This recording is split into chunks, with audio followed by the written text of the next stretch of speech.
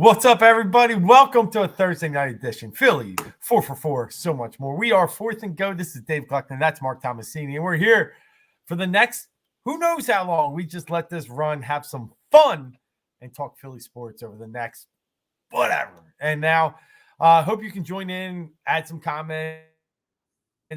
We love it when the fans do talk, and we the basis of this little podcast here and show is to be the voice of the Philly fan, to act and hear what you feel, because we're just like you. We're the Philly fans. So let me bring in my other man, Marc Tomasini. What's up, brother? What up? What up? We're winners. We're wild card winners. We won first place in the wild card. We're moving on. Eagles 3-0. Things are looking good right now. We got that same fall energy that we had last year going this year. So let's keep this momentum rolling, and we're gonna get into it all.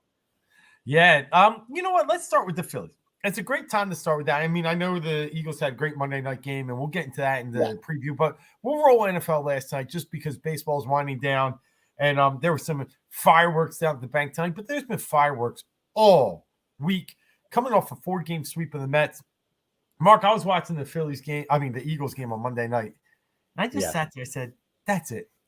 I'm buying tickets tomorrow. So I went Tuesday night, took my youngest, he actually got sick. So I took my middle and his friend, 3 of us just sitting there, and we were able to clinch it in the 10th inning off a Rojas walk-off single. It was just an electric atmosphere. I mean, it wasn't as packed as I would have felt it would have been at this time, but it was a nasty night. It was not that nice, so I don't blame anybody. They probably got about 30,000, which is still great. I think it was 32 from what cool. Yeah. And I'm telling you, there's just something magical because I'm not sure how many I'll make it down to in the playoffs. I wanted to take that chance and do it. And me and you are both baseball like gurus. We love baseball. We know that this sport can be the second, best sport in the town. And the Sixers and Flyers both rival it. But when that place is rocking, when the Phillies are playing well, I think baseball is number 2 in the city. And to be on this run, because I sat there, I said it. And I'm wondering what you think. And I'll pass it over after this. 08 was special, obviously. Then 09 was really good. 10, 11 kind of fade off, and that was it. I mean, it's kind of kindled, and the flame was like put out for about 10 years. Sure. To have this back there, it's like I can't miss this, and it was a really cool scene just to see the boys celebrating. But in the end, the boys celebrated, had fun, but they know business is not done. So I was just curious, how do you feel? Like 2 years in a row, I feel great, and I thought it was awesome to see it again, but it didn't get old to me. I want more. No. I was like, you don't realize it. Like, it's a long season. It's a taxing season. Like, just even as a fan, like it's still, and it's been much this year. The MLB got it right with these rule changes. They definitely got it right.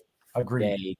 They've sped up the game, but it's still, regardless, still long and taxing because you're just like hanging on a wire. And again, we were at the same exact spot that we were in last year. We were probably 9-10 games below 500 in end of May, except there was a managerial change that came. They just worked themselves out of it. Thompson tinkered with the lineup and so on and so forth. And the story's told. Now we're in the very same spot that we were, except we're not the last one in, but we were the first of the wild card. So there was a time where we were losing a lot of games, and then we won a lot of games, and then we went, baseball is a game of numbers. It's funny. I was here with Allie the other night watching it, and she said, like, wait, how do we lose 67 games? That's so many. I'm like, Allie, it's a game of numbers. And then the SpongeBob meme where SpongeBob is like that, and they do capital letters, and she goes, it's a game of numbers. And I'm like, that's kind of what a baseball season is. It's a game of numbers. You're going to lose a lot of games. You're going to win a lot of games. But I mean, well, depending on how good you are. But again, as tiring as it gets, it makes it all like some people were criticized, not a lot. Some people were like, maybe they were celebrating too hard. That's 6 months and really like 8 months if you count spring training. And it's a long grind. Like I know football is like 4 months to get to the playoffs and stuff like that. But like, 162 games. You're with these guys the whole time. Like there's just a lot that is going on with that. And, it's a celebration for them. Like they came back from, a really bad spot. They worked their way. They got hot and they have a camaraderie. And I have to back up your, second to Eagles thing. Like when your postseason run is called Red October, it's fitting. Like it does, like there's a It redness in the does. eye, actually redness color wise, but like seeing the towels wave. Anyway, that was a lot, but it's Yeah, and to go back on some of your points there, one of them, the symmetry. There's some symmetry to last season. Yes, it took down yeah, to last week. Yes, right, but it was also Nola on the mound. And yeah, we look back to that game against Houston last year where he had to shut him down, went no hit for 6 innings, yeah. and won the game in Houston. And then this year, like it looked like no hit quality. I mean, he let up a couple here or there, and then definitely the one run, but it's still he was dominant in the game we needed him to be, and to clinch this playoff spot. And for a guy that, let's be honest, struggled this season, that felt good, right? And I know he's had a couple of good ones on the stretch coming in here.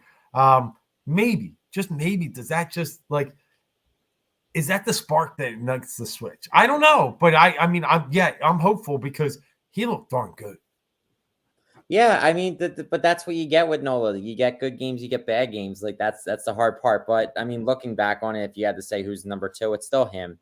It's Yes, still him. and they already announced it. Experience it, right, right. And you figure that they're going to go that route, and it makes sense.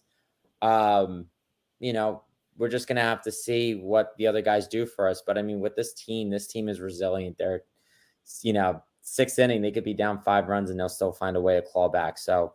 It's awesome. We just need our starters to be. We don't need aces. We just need good enough. No, but looking forward here, let's see what some of the biggest question marks are. And I think for me, and maybe even you, it's the third starter. Now, maybe you don't need the third starter in the first round. You never know. If you can get the first two done, you won't. But if you do, I'm telling you, I'm torn because Ranger looked like hot garbage yesterday. Now, was he hungover? I don't know. But there was a lot of celebration the night before, but he didn't look great. Stubbs hit a homer, and I know he was hammered the night before wearing his overalls. So I don't know if it's Ranger anymore, and then I don't know if it's Taiwan, who's at about below or above 5 ERA for the past month and a half. Is it Sanchez? That's where I'm starting to lean. I'm like, I might have the most faith. And I don't think they'll do it. I really don't think they would. Yeah. But Ranger was good in mid-relief last year. If you needed to bring him in a Syndergaard game in the third or fourth, like I'd be okay with Peace and Sanchez together for 4 and Ranger for the next 3 or 4. And what do you know? That's just an idea I had. I'm curious what you think about third starter. Third starter, I think right now is Taiwan. You give him the opportunity. He has a big contract. Yeah.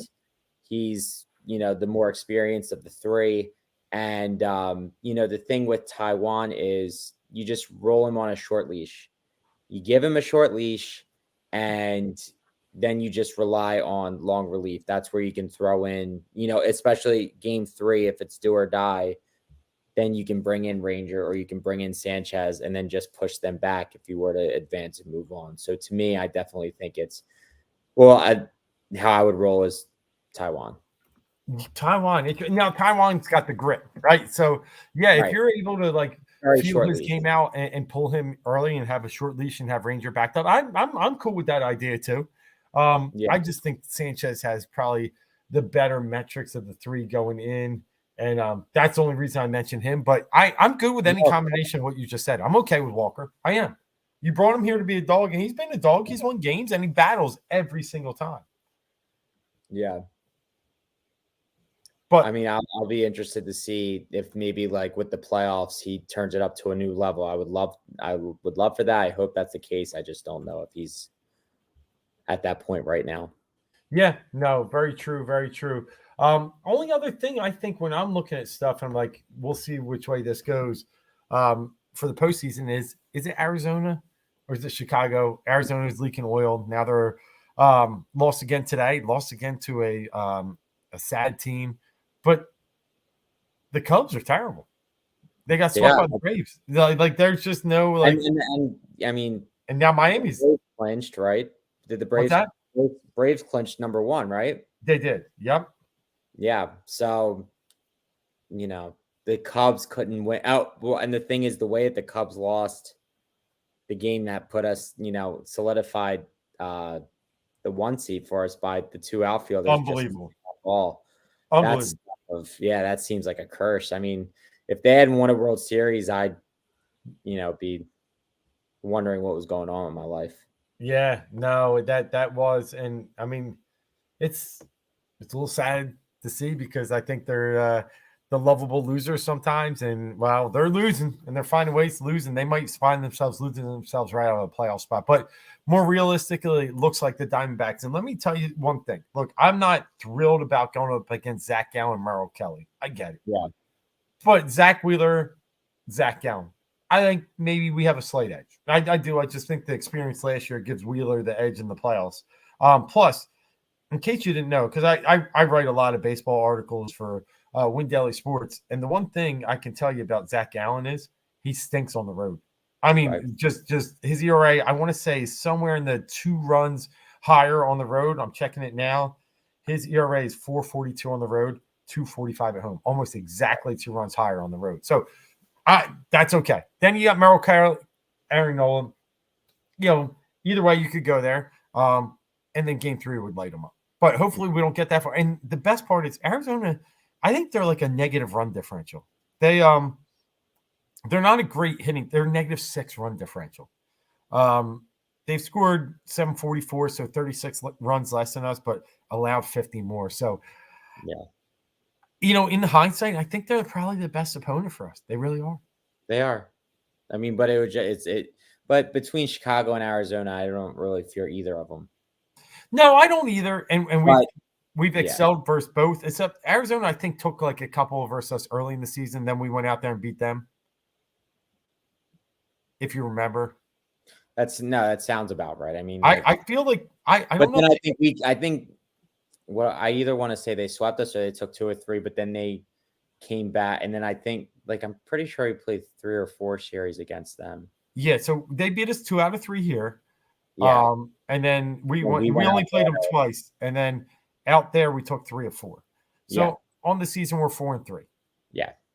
But let me tell you this: the one we lost out there was miserable. We were up like a decent amount, and they had like a 4-run inning late in the game, beat us 9-8. Yeah. And I think it was all on walks or something stupid. And it was when Realmuto hit the cycle. So anyway, yeah, okay, I remember the game. Yeah, yeah, we'll see. I mean, you know, when they beat us by a total of they've won 3 games. They beat us by a total of 5 runs in those games. When was that they beat us? Actually, I'm interested. So they beat us. That was in May, right? Yeah, May was here. June 13th was there. Yeah.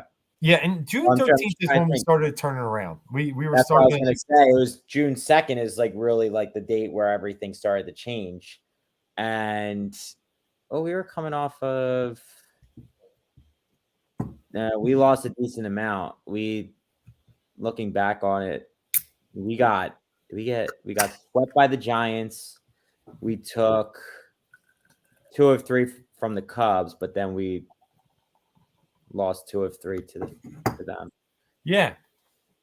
But I'm saying 4-3 overall in the season, and it is a team like I've settled myself for a while there. I was like, oh man, I'd rather go against the Cubs pitchers. I know Justin Steele's solid, but I'll take a lefty against this team.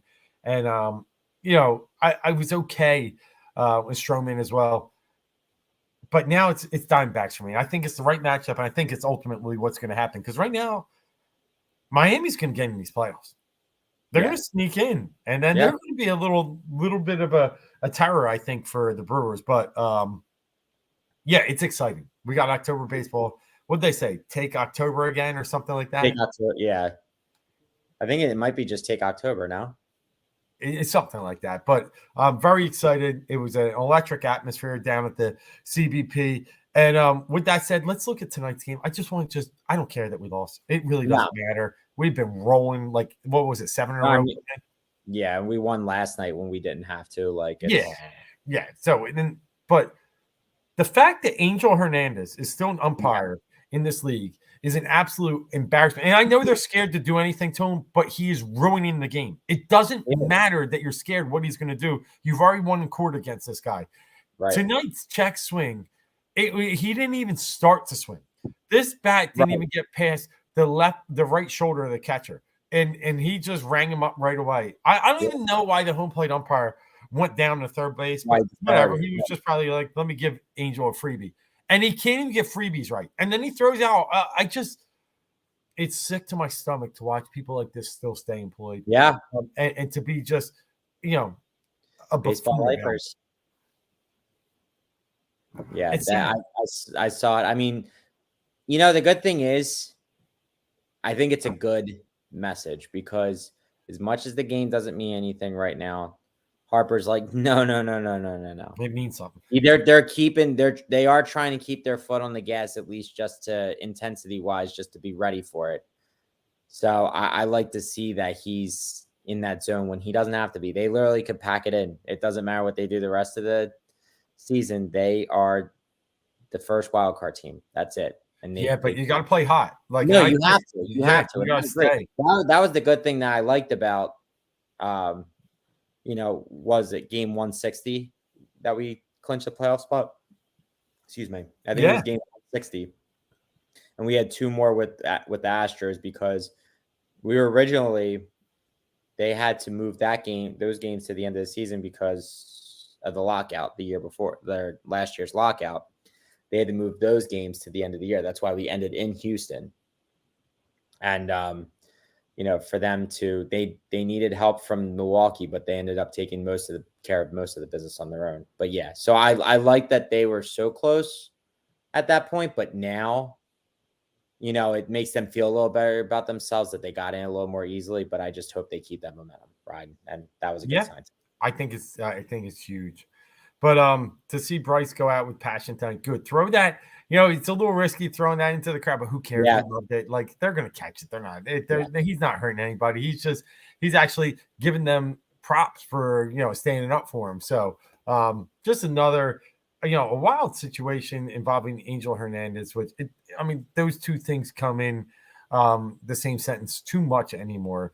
But whatever. I'm done with it. I just wanted to speak casually on it. Phillies go down 3-2 tonight. But they've already hit their over win total, by the way. 88.5 was their win total at the beginning of the year. Cashed it in last night with the 89th win. So, a lot of people didn't think they'd be able to, set that standard again, get towards 90 wins. They did because everybody had their money with the Mets. People thought the Mets spend everything in the offseason. They've spent a record $300 million. They're going to be great. No, they were terrible. And the Phillies always had that cohesion that people underestimate. Well, you see Bob Nightingale, he put out an article saying, like, if the Padres had what the Phillies had, they'd be a great team, but they don't. And that's why they stink. Mm-hmm. It's true. I mean, they have so many stars on that team that they don't play together. No, they don't even want to hang out together. Like they got no. That was a damning article, by the way. Yeah.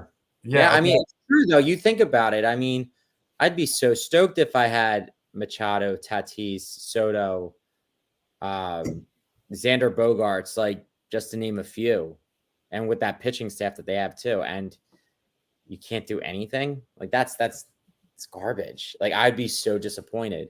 Yeah, and then what it really started from the top. AJ Preller, if you read a little bit about this, their GM, he's very hard to work with, and you're probably going to see a managerial change this year, and it'll be like I want to say like their 5th new manager in the last 6-7 seasons. Like that, he can't work with anybody. He just flips things over, and he's built almost a very caustic atmosphere, I should say, because a lot of people are on pins and needles. They just can't trust him. And if you start with that at the top, we've seen it. We've seen it with the Eagles when it just wasn't working right from Chip Kelly down. It gets scary, and you can have all the talent in the world, but if you don't play together and play like you love each other, like this team. Like I saw somebody's tweet the other day, going back to the Phillies. They're like, I don't care if you carry 3 catchers next year. You need Garrett Stubbs. And you do. Right. You need Garrett Stubbs for everything. It's hard to picture this team without him now. Yeah, I agree. He's a glue guy. He's a glue guy. Really going for it? All right, no, he's going to kick a field goal. I mean, I'm telling you right now, Dan Campbell is a certified idiot. And I know everybody loves him, and I know they think, and he does like coach the team well. But let's be honest, like this guy blows games more than he wins them. Yeah, I'm just being I know. Dead serious. And I like the Lions, but he'll find ways. He will absolutely find ways to lose games. Yeah. And tonight he's trying to find a way in this one. There was 27-3 at halftime. So yeah. But I mean, they're in good shape here. They should be able to pull this one out. Get up 13. It's not a great number for them, but they should be enough to get through this. And I mean, I get he's everybody's hero. I get everybody loves him, but man, he needs someone whispering in his ear. I'm serious. Yeah. All right, let's move on to some football, some NFL action, as we like to say. And let's talk some Philadelphia Eagles coming off a Monday Night Football domination, just the way kind of I drew it up, you drew it up. What's that? 30 spot? No, 3-0. 3-0. 3-0 is real. And they almost outscored or out yardage them by 300 yards. It was 298 to be exact, which was one of the biggest margins outside of Broncos Dolphins game in recent memory. The Eagles just really listen. They weren't the sharpest. Let's put that out there. They weren't the sharpest. The fourth down early in the game on the first drive, no bueno. There were some other plays that were be had, and they weren't able to make them. But they're still playing good enough football to dominate teams, and that's the scary part. If you can get this D line working like it did on Monday night, and then you can just convert certain spots like they did on Monday night, you're going to have enough margin to win these games so easily going away and feel like you didn't even play your best game. And that's what happened. And you know what? I'm going to tell you, I thought the Bucs stunk. And I had a article up on Win Daily as well. And then we talked about last week. We had our picks that the Eagles were going to be able to control this game. I mean, it probably was even more controllable than I even imagined it could have been. They dominated the Bucs. They throw away that junk touchdown at the end. This game was never in doubt. No, and I thought it was going to be a very high-scoring game. I thought they were going to go back and forth, but the Eagles had pressure all night. Yeah, they were able to get the Baker Mayfield. I mean, Jalen Carter just looked great. Again, we say it's a broken record. It seems like we're saying it every week, but it's really true. Kind of like to piggyback on what you said, they are not playing their best football and they're still taking care of business. Yeah. Like, this is not the same team as last year, and that's okay because we know it's in there somewhere and they're going to figure it out and they're going to get through it. But they've had to just rely on the running game more than the passing game, which last year they were able to throw the ball a little more freely. But I mean, DeAndre Swift has been something else for them. Now, we can't. I hope we do, but I don't think we can get used to this. I don't think they're going to run him as much as they are.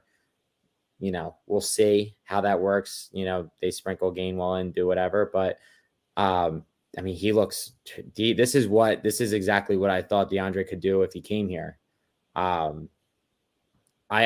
hope they use him more. I just don't think that they will. But yeah, I think – well, and I agree with you. I got asked this on a show last night, and – it's just not in their nature to really give more to DeAndre Swift right now. They're very content to share this backfield. And so, running back to them is a very shared situation. They don't need to overstress anybody. They want to keep everybody sharp. And I'm okay with it. I think Gainwell's just as good. I mean, he might not be as explosive in the open field. But, darn, that dude still runs hard. Oh, yeah. No, you could see him. He was finding the holes, cutting through. He was able to do so much. It's like if you know he's going to stay healthy, you got something lethal. What did they do? They called a jumping over center penalty? They did. I think they called it unsportsmanlike conduct. He wasn't over center. But it does. I don't care. I actually have the lines tonight. So I'm fine. I just wanted to kind of watch a game down the end be a little bit closer, but all good. Yeah. Just go back to the Eagles, like we said, interesting point, and I think you probably felt this. We felt this. The AJ Brown show was going to happen, and it did. I'm a little surprised they didn't find a way to punch in the end zone with him, but I'll tell you what I was more surprised about.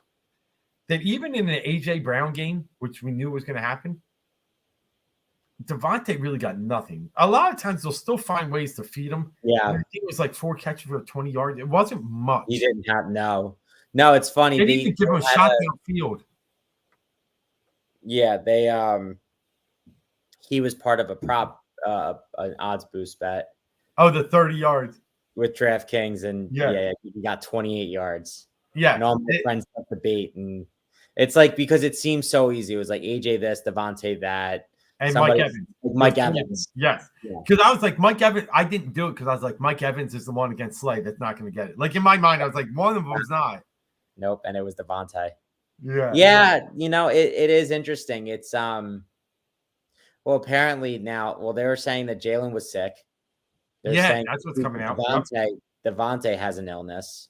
So, who knows if he wasn't feeling right. I don't know. Maybe, I mean, Tampa Bay was maybe just playing good defense against him. And, I mean, I know, and again, I really think the way that they were talking about it, maybe it's not as big of a deal as it was, but there's definitely a mission to get AJ the ball. Oh, big time. And it's okay. It's okay to have an AJ They did also say, like, you haven't been paying attention if you think this is the first time this has happened on the sideline. Right. With them. Right. He said, we've been doing it a bunch. So, I hope that's the case. And it's just this is normal business for them. That's what I hope. No, I agree. But on the defensive side of the ball, there's a few, highlights, obviously. And it really, we're not surprised, but Jalen Carter is ruling the roost. But I got to tell you, as much as like I'm torn what to think about this guy, I thought Blankenship played a really good game. He's a good player. I don't know why it's I don't know. Maybe it's the Hawkinson beating him. Maybe it's just, some of the bigger guys. He's just small. That's the problem. Yeah, of course. But I mean, like, for an undrafted safety, for him to, play the position the way he does, I think he's he's a good hitter, but he's a better free safety, I think, who can just, jump down to the box, stop the run. He's better in that light than being able to take care of bigger tight ends. He's a smaller guy. Like, no doubt. Very stout, but he's a smaller guy. It's kind of a tough place for him to be in. I think him and Hawkinson one-on-one, Hawkinson's going to win that battle every time. Man, Montgomery for a third touchdown. Crazy. Yep.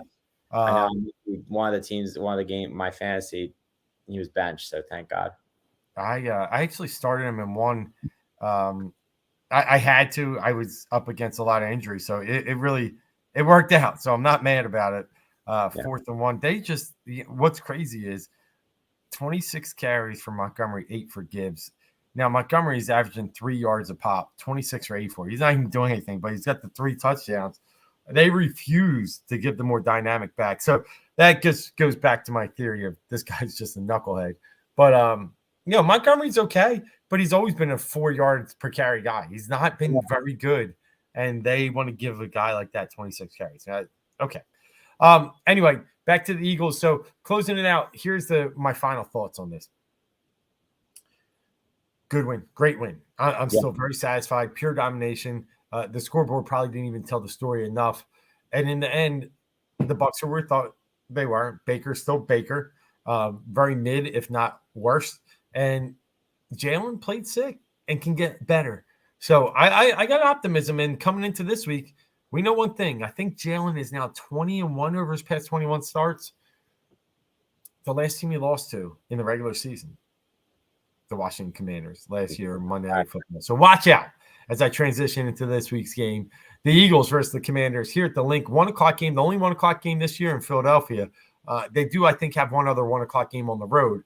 But it's going to be a very important game for the Eagles as the Commanders are still 2-1. So it's, you lose here, you're both 3-1. You're bringing the Cowboys back into play after they had their horrific loss to the Cardinals. So this is very important for them to stretch out the lead in the NFC East, as well as prove to the Commanders last year was a fluke. So I think this week speaks a lot, even though it's a little, we'll call it a short week. I think it speaks a lot to how they come out, because they need to come out hungry. And I think they can, and I think they will, but it's very important not to take this team lightly. Not saying like lightly happened last year, but they definitely didn't come out with the same fire. They were 9-0 at the time. They didn't take them as serious as they should this week. So I think that I agree that they didn't take them as seriously. I think that loss still weighs heavy on their mind. And I think they're going to make sure that they don't lose to Washington again, especially at home.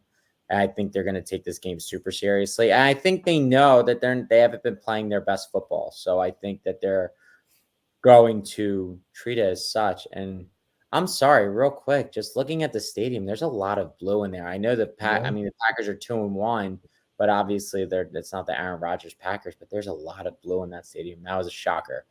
That's this team is owned by Green Bay. What was that? For that to happen.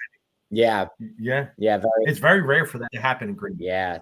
Anyway, I'm sorry to stop my train of thought, but with regards to the Commanders, I think they're gonna come out. They're gonna play really well. I think they are against Washington, and I think the fact that they know that they haven't been playing their best, I think they're just gonna use this game as a launching pad to play better. Yeah, no, I agree. I think they got a really, really good shot. Look, people are saying I was looking at one thing. We're not undefeated against the spread. That Minnesota game went 5.5 for a while. Maybe it landed on 6, but it never got to 6.5 by close. So it's crazy. The Eagles are actually 2-0 on the road for sure. I'm going to argue that they're 3-0 overall ATS, and they haven't played great. So that just brings us into this situation here. Sam Howell looked horrible last week. The Buffalo Bills were the best defensive team of the week. I think they intercepted him 4 times, I want to say, took one back to the house. They were all over him all day. Imagine what an Eagles defensive line can do to a rookie quarterback. I'm calling him a rookie. I know it's second year. Like Sam Howell. So I think the key to this game is obviously from the defensive line standpoint, do what you did to Baker. Confuse, pressure, create havoc. You do that, turnovers are coming. Yeah, I think they are. I think so. When I looked at last week's game against Tampa Bay, I said Tampa Bay has a good offense. They have, Baker can sling it. Mike Evans is good. Chris Godwin is good. Yep. That didn't happen. I mean, in very short nuances, it happened a little bit here and there, but Eagles defense was able to stop them. You look at Washington, you could say they got good players. They got Antonio Gibson, Brian Robinson. They have Jahan Dotson, and they have Terry McLaurin. They have a good thing going on offense. But with that being said, if they can do what they did, I think no, because I was going to say that I think that Tampa Bay's offense is better, but Rachaad White is good, but I don't think he's that good. So I think he's better than Brian Robinson, but I mean, it's close. It's close. But I think the tandem of Gibson and Robinson is better than White by himself because Tampa Bay has nothing else. So when I look at that, I really think that the Eagles are going to wreak havoc, kind of like Buffalo did last week. I really believe that's what leads me to believe. And, like I said, I always get afraid of good offenses, but I think they're ready for this. Awesome. So for a game coming down last week let's put it, it's the last day of September before we turn the page to October. Could get out to 4-0. We both were very optimistic about those chances to get out to even 6-0. Yeah. I want to break it down real quick, and I'll lead off. It's just, again, I think there's motivation from the Eagles side to play over and over again what happened last Monday night football at the Link last year against the Washington Commanders. It took an egregious missed call when Dallas Goedert got his face mask ripped off and hence got injured for 4 weeks. No call, and he fumbled the ball. So there's a lot of motivation here and anger probably pent up inside, especially from 88. This is a Dallas Goedert game. Just because of that, he's been slow for the first 3 weeks. We had an A.J. Brown game. We had a DeAndre Swift game. And then we've had Devontae Smith. They've all contributed, had their games. Yeah, they have. And I think it's Dallas's time, especially understanding what happened at this point in this juncture versus this team last year. And then on the flip side, like we mentioned, the battle in the trenches is going to be huge. Washington's offensive line is not great. And on the other side, the Eagles' D-line looks great. Look, Chase Young is going to be something we have to counter with. I think the Eagles can figure that out. I think he's the biggest chess piece we got to figure out. Outside of that, Eagles should dominate this game. I know the Commanders beat the Cardinals and the Broncos. The combined record of those teams is 1-5. They played a decent team last week and got absolutely obliterated. They play a good team this week, and it will be the same. I get the Eagles 31-13. Okay. So, yeah, for all the same reasons, I think that the Eagles are going to take care of, like I said last week, I thought that, it was going to be a high scoring game, and it wasn't the case on Tampa Bay side. So I don't think it's going to be the case here today. Well, Sunday. So I think that the Eagles offense is going to put up a lot, and I think they're going to be able to stop a lot. It's as simple as that. It's really not that hard to figure out. I'm just going to, since I pretty much had the same type of analysis that you did, I actually had 31-20. I still think they're susceptible to an extra touchdown, but 31-20 is actually what I had. I like it. I like it. So we're not far off. Extra touchdown, maybe garbage time. So cool, man. So let's get into it. Let's move on to the rest of the NFL news. Couple things out there before we get into our 3-packs. Yeah. I just gotta point out, and I want you to do the same after I'm done. I'm gonna point out one of my situations that I really want to focus on and what happened in week 3, and call it whatever we want to call it, but maybe the idiot of the week, but definitely the jabroni of the week. And that goes to Sean Payton. You have so much mouth.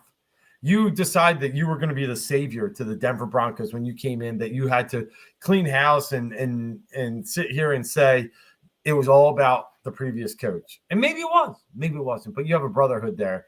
And there was no reason for you to go after Nathaniel Hackett. You got your head served on a platter, 70-20. Nobody in the NFL in my generation, in my time, has put up 70, but they put it on you. And I'm so glad. And then you're there so obtrusive and so asinine in your press conference, couldn't even answer questions and instead attack reporters. You, my friend, are an absolute buffoon. You were nothing. And because Drew Brees was there, you've made something. I'm so glad to see you get your ass handed to you and whooped. You're fake. You're a fraud. And do what you want, Sean Payton. You suck. Well said. I couldn't agree with you anymore. So simple as that. Yeah, dude, he fires me up. It fires me up. It fires me up. That's all. But you got anything from week 3 that stood out to you? I was really surprised at the Dallas Cowboys. I was really surprised at how, they could not beat the Arizona Cardinals. It's really interesting. I mean, it's great for us because it, obviously being undefeated right now, that's a huge loss. I mean, the only thing is it's not a division loss, but that helps us in our favor. So we need to take care of this. We need to go and take advantage by beating Washington here and just getting a leg up on Dallas. I mean, that loss could be the difference in who wins the NFC East this year. And who knows, maybe the Cowboys really are this bad. And that's something that I would be, willing to figure out. Like Kaiser White was all over Dak. I mean, he had his number. Former Eagle, shout out Kaiser White. And it's with Dallas, like they are supposed to have such a good offense, but they really have not been doing much of anything. So it's really surprising to see. I mean, should I actually be surprised? Probably not. But you know what the difference is? Mike McCarthy is calling plays again. Yeah, I think that's why they're missing Kellen Moore, and that whole scenario was awful. So, it's kind of egg on their face. I agree. I'll pin one other thing on the Cowboys. They left 222 rushing yards to the Arizona Cardinals with a 7.3 yards per carry. Yeah. They were absolutely manhandling the trenches. This like you can't beat this defense that's so good defensive line got served by Joshua Dobbs and James Conner. Just absolutely physically outplayed. Like, son, Dan Quinn showed up. So I'm with you. That was one of the surprising stories. And it really got to keep an eye on, can they fix the deficiencies in that game? Was it over pursuing? Was it bad play calling? If that's the case, that can be fixed. Or was it simply they're just not good enough? Yeah. We'll have to see. 3 games in, that definitely, they beat Daniel Jones and Zach Wilson. Right. Maybe they have not had their feet to the fire yet, and losing to a team that's not even that good. Yeah, it's bad. Yeah. All right, let's get into our 3-packs. Mark, let's recap last week. I think you got the numbers for the season and last week. Yes. So for the numbers, I am 3-6, and Dave is 5-4. I was 2-1 last week, and Dave had his. That's my first winning week. Dave's first losing week, as he was 1-2. Yeah, it hit a couple stumbles along the way. On the article I even posted, went 2-2. Yeah, all right. We'll get it back this week. I got some numbers I'm looking at. I'm excited to see how we can use those numbers and turn them into winners. Absolutely. So I'm gonna So start it let's off. let you lead off. Yeah, I'm gonna start it off. I'm looking at the Rams and the Colts. Rams are traveling to Indianapolis. Rams are 1.5-point underdogs, and I'm going to roll with the Rams. I think the Rams are the better team. They had that game the other night in Cincinnati, and Colts. I know that Anthony Richardson is dealing with the concussion still, and yeah, I mean, I did they say earlier that he didn't practice again today? I thought he did today, but maybe I missed it. Yeah, I'll have to go back and look and see. I thought I saw a Schefter tweet that said that. Let me take a look. For the second straight day, the Colts listed Anthony Richardson. Okay. I told you he was in. Full Yeah. participant. Okay, full participant. So he's going to play.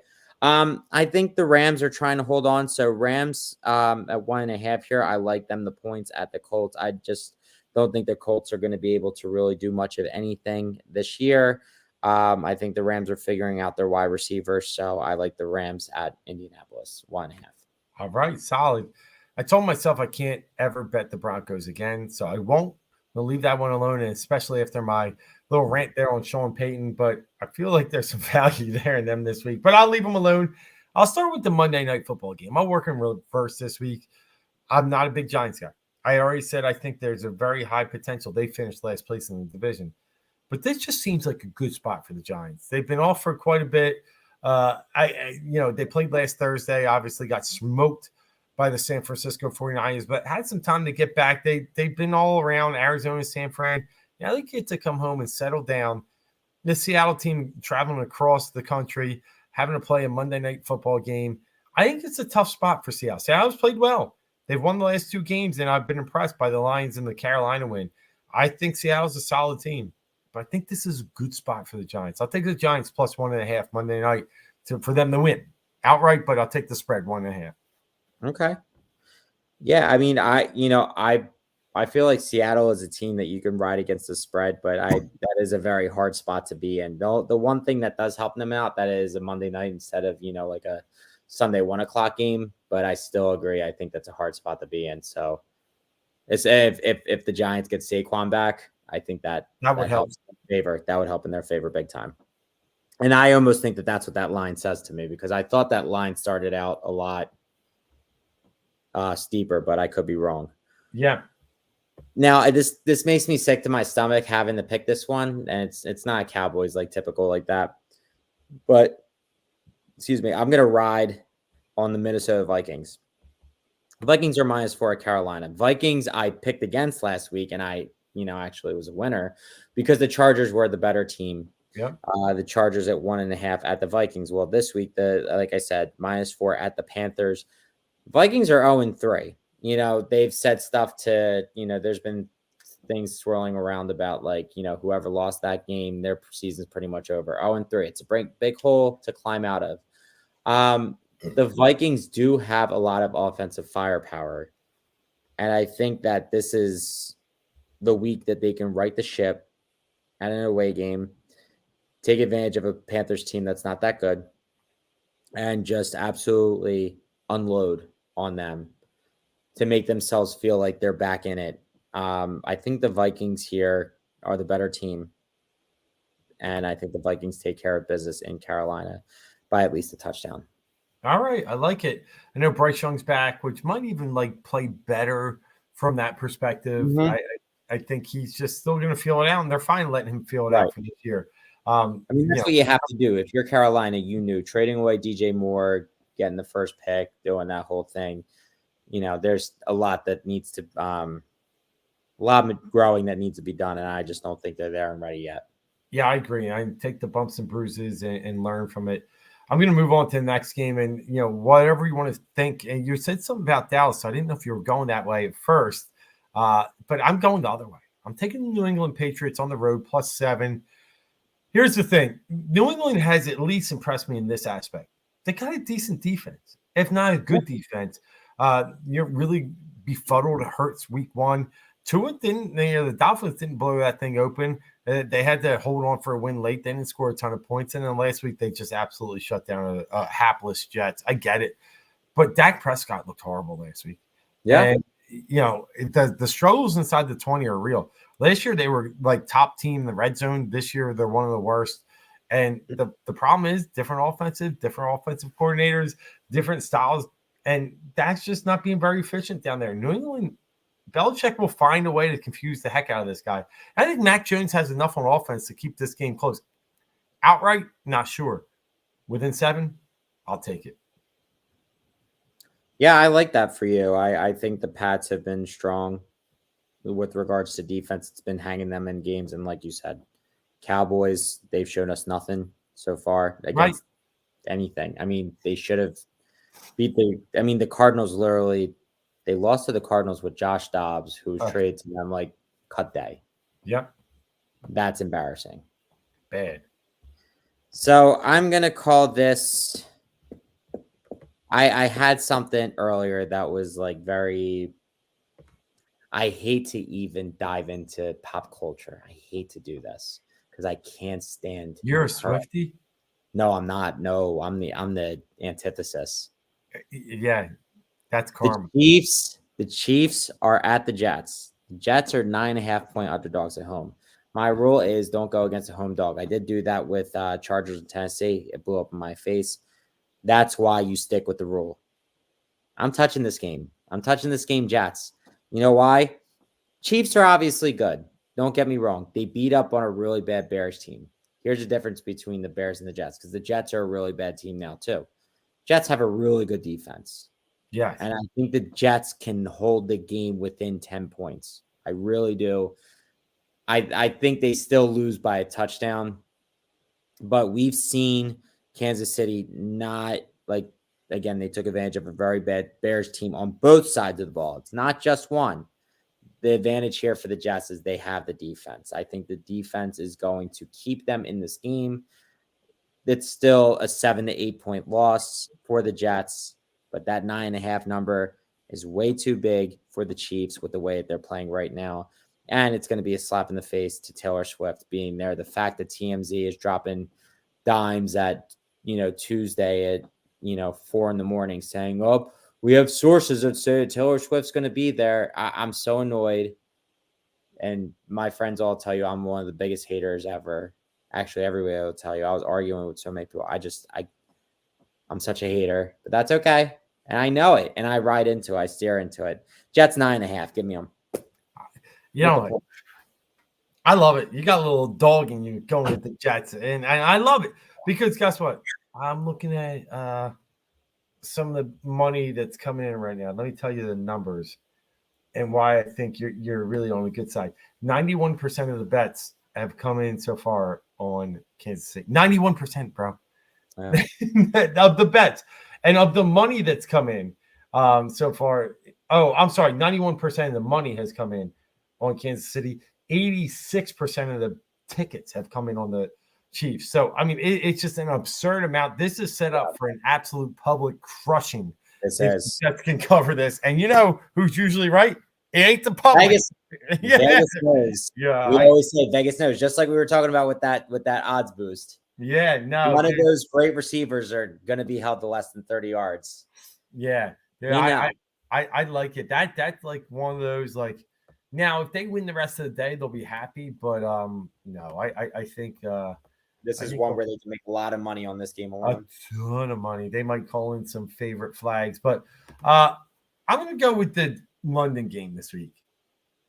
Listen, I wrote something that I wasn't overly beaming about the Jacksonville Jaguars this year. There was just some stuff that last year that They had to go 7-1 down the stretch. And this is what Doug Peterson does. And in case you guys don't know this yet, he stinks until it's like Thanksgiving. Right. And then he decides to win his last 5-6 games. Last year, 7 out of 8 to get in the playoffs. I don't know what it is about him. He just does not like to really come in and shine early in the season, except for maybe 1 year in Philadelphia. But with that said, that was a bad loss last week. And I think they can rebound this week. I do not think Atlanta is very good. I'm going to go with the Jacksonville Jaguars, -3 in London. I think he'll get it right. I think sometimes you can learn best from being humiliated, and losing the Houston Texans as bad as they did is humiliation. I think Jacksonville can bounce back this week with the right message, traveling, getting away from all the noise, getting to a safe haven because they are a London team. They're used to it too. I was going to say they've been there, 3 or 4 times at least? Oh, I want to say like 7 times in a row. I think they're there every year because they made a deal. The owner made a deal that can be one of their home games and get paid for it. Atlanta wasn't very impressive last week. Desmond Ridder, I still think the jury's out on that. So give me the Jags. I think they can rebound this week. -3 in London. Absolutely. Completely agree with you. I like that pick. All right, man. Does that wrap it up? That wraps it up. Good luck. All right. So let's talk one other thing before we get out of here tonight. I was hanging around. I had to travel today and do a little work down at the University of Maryland. The Terps, baby. But yesterday I got to hang out at home while I was working, and this thing flashed up in the background. Yeah. Damian Lillard traded to Milwaukee Bucks. I said, oh, that's funny. All these like fake things. But then I saw Adrian Wojnarowski that was tied to that. I was like, oh, shit, this one's real. And I got to tell you, my first reaction is this. Once I saw the numbers, I'm not 100% the Bucks are better with this trade. I'm not, and maybe call me crazy. Drew Holiday was a glue to that team and could play some mad defense. This dude is a turnstile on defense. Now, does he hit the shots in the games and can win the games for you? Absolutely. Is he a threat all the time? Sure. I'm not 100%. He's 33. He hasn't played 82 games in a season in like forever. I appreciate the Bucks are going for it. Absolutely. I'm just not sure that they're that much better than that. A little better. I'll give them a little better. And they're still probably the class of the East. I always respect Giannis. I just wanted to get your take because I just wasn't like jumping out of my seat like, oh, the Bucks, we can't beat them. I'm all right. I think that I agree with your point about Drew Holiday being their glue. I think that they're going to run the gamut when it comes to the regular season. I think they're going to be unstoppable when it comes to the regular season. Okay. I have thought about what you thought about, though. The lack of defense from Dame in the playoffs will be a deterrent for them. I don't think it guarantees them that they come out of the East alive. Yeah. But what I see here is it makes Giannis's life a little easier on offense. Maybe he plays a little better defense. I get you're not getting any guard play up front when it comes to defense. So I think it's well, here's the thing too. For the Bucks, they needed to do this because the noise around Giannis leaving was getting louder and louder. I think they've got him. They've stuck him in there. I think they've pretty much are going to be able to re-sign him now, as long as everything's normal. Yeah, I think that's correct. I think that might be the biggest benefit of this whole thing. Right? Yeah, and I think that's the reason why they did it. They felt like their backs were against the wall, like he was just going to bounce. With that being the case, so they lost a little bit. I think they kind of got a little devoid of defense, but then again, like I said, I think Giannis kind of is able to play a little more defense now. He doesn't have to be the guy. He's got Middleton. He's got Lillard. They're going to be able to score. I don't think that's going to be an issue. But here's the thing you got to know. If you don't already, you got to put on push notifications for Woj and Shams. That's how I knew it wasn't fake. No, like I said, I only saw it flash on the screen and like while I'm working, like in the like corner of the eye, I'm like, whatever. And but then to see like and realize, like you said, once I saw Woj, I was like, no, that's real. like that. Yeah. That's when I hit my French real fast. They didn't even notice it was up yet. So I did know it was real once I saw who it was reporting that news. And the Bucks, give them credit. They kind of did it out of nowhere, kind of in the back Right. channel. Nobody said that Milwaukee. Now there was a couple tweets of people saying that like the trade market's heating back up again as we're getting closer. Milwaukee, Philadelphia, Toronto, Portland, and like 2 other teams are working the phones right now. Just in general, more of a generalized. You're seeing those kinds of things going on, but yeah, the Bucks did really come out of left field. They were never linked to Damian, and Not at all. it happened. But they.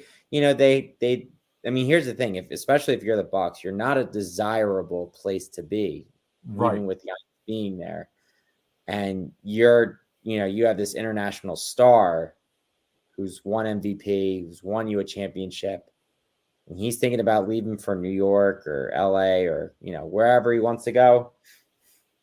You get desperate and you say, this is your chance to do it. And then if we don't, so be it. They did it. They threw it out there. I think they've secured Giannis for another max contract. Yeah.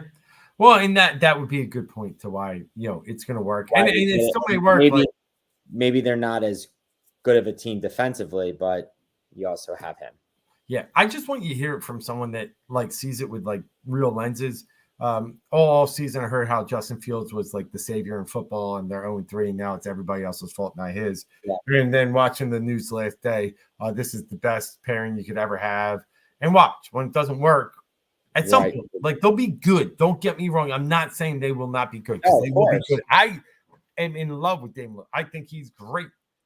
But there's just there's something to having someone like Drew Holiday that can do so many things for your team. It's selfish. And now you're really, I'm telling you, the guy can hit threes, but he's not going to help you in some other areas. He'll win games for you. And as much as you don't like it, and you're going to hear it, Grayson Allen was a key contributor to that team. Yeah, I know. He was. He's a piece of shit, but he could do he can play basketball. Yeah. Yeah. I know. Now they're stuck with they're going to find a way to do this with 6 people and a terrible bench. And if you watch last year, the Suns couldn't win games in the playoffs because they had no bench. So, watch out. I mean, they had KD and Book, right? They couldn't even come close to the Nuggets because they couldn't build anything behind it. So we'll see. But listen, it's going to be good. It's going to be good. I'm not saying it's not, but there is no guarantee here. And I say they're clearly the one. I'm not sure it's so clearly because Boston's still something to be dealt with. Yeah. Now, I'm still torn. The Marcus Smart thing, I think, is going to hurt them more than bringing in Porzingis, but we'll see. But I know I read something. The Blazers are going to trade Holiday. They are. But the one thing I think I read was he cannot be traded for in a package. It has to be a 1-for-1. So we'll have to see what teams can go out there and match 1-for-1, because that takes the Sixers right out of it. There's no way the Blazers are taking Harden. Because they're not going to take on Harden. No. Right, because I didn't know that. I was going to say before, it was, okay, you get Harden over to LA, you get him satisfied. LA gives us a pick, which we then give to Portland. We give them 2 1s. Yeah, and maybe you do it not a 3-team deal. Maybe you can still find a way. Maybe we get Man and a pick for Harden and already have that pick turned around for Holiday. I don't know. Yeah. Yeah, I guess that's a possibility too.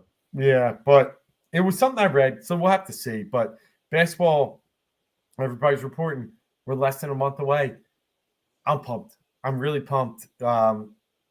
Obviously MLB's got a lot left to be said. There's many chapters to be written over the next month. NFL is starting to build up, but NBA is coming, and it's coming soon. So I can't wait for that. NHL, obviously, on the other side, Flyers have played 2 preseason games.